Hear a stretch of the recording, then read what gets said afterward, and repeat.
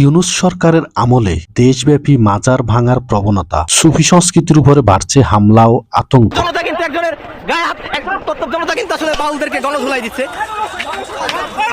বাংলাদেশের হাজার বছরের সংস্কৃতির একটি গুরুত্বপূর্ণ অংশ হল সুফিবাদ। বাউল ঐতিহ্য মাজার কেন্দ্রিক লোকজ ধর্মীয় সংস্কৃতি।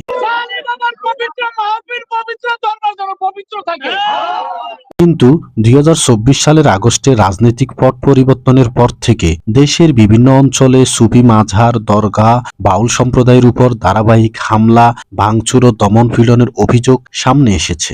ছিল আমরা আসলে যেটা দেখতে পাচ্ছি, পুলিশ আসলে তাদেরকে প্রতিহত করার বিভিন্ন সংবাদ মাধ্যম, সামাজিক যোগাযোগ মাধ্যম ও স্থানীয় সূত্র অনুযায়ী ২০২৪ সালের আগস্টের পর থেকে দেশের বিভিন্ন স্থানে অন্তত ১০৫টিরও বেশি সুফি মাজার, দরগা, আকড়া হামলা হয়েছে এবং অগ্নিসংযোগ ও ভাঙচুরের ঘটনা ঘটেছে। হামলাকারীরা নিজেদের তৌহিদি জনতা এবং বিভিন্ন ধর্মভিত্তিক সংগঠনের কর্মী হিসেবে পরিচয় দেয় বলে স্থানীয়দের মতে। ২০২৫ সালের শেষ দিকে মানিকগঞ্জে বাউল শিল্পী আবুল সরকারের কথিত ধর্ম অবমাননার অভিযোগে গ্রেপ্তার করা হলে ব্যাপক প্রতিক্রিয়া সৃষ্টি হয়। বান্দা যদি না থাকে আল্লাহর পরিচয়টা কি থাকে, আল্লাহকে ডাকে কি?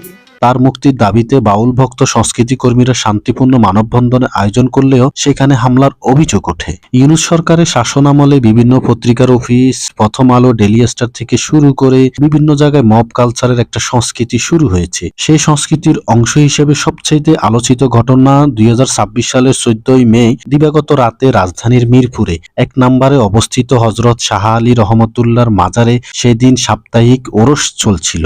রাত প্রায় ১২টার দিকে লাঠিসোঁটা রড নিয়ে একদল তৌহিদি জনতা হামলা চালায়। হামলাকারীরা জিয়ারত করতে আসা নারী পুরুষ ভক্তদের মারধর করে বের করে দেয়। মাজার প্রাঙ্গণে সিন্নি রান্নার বড় বড় ডেকচি ভাঙচুর করা হয়। অনেক ভক্ত অভিযোগ করেন তাদের টাকা পয়সা, মোবাইল ফোনও ছিনতাই হয়েছে।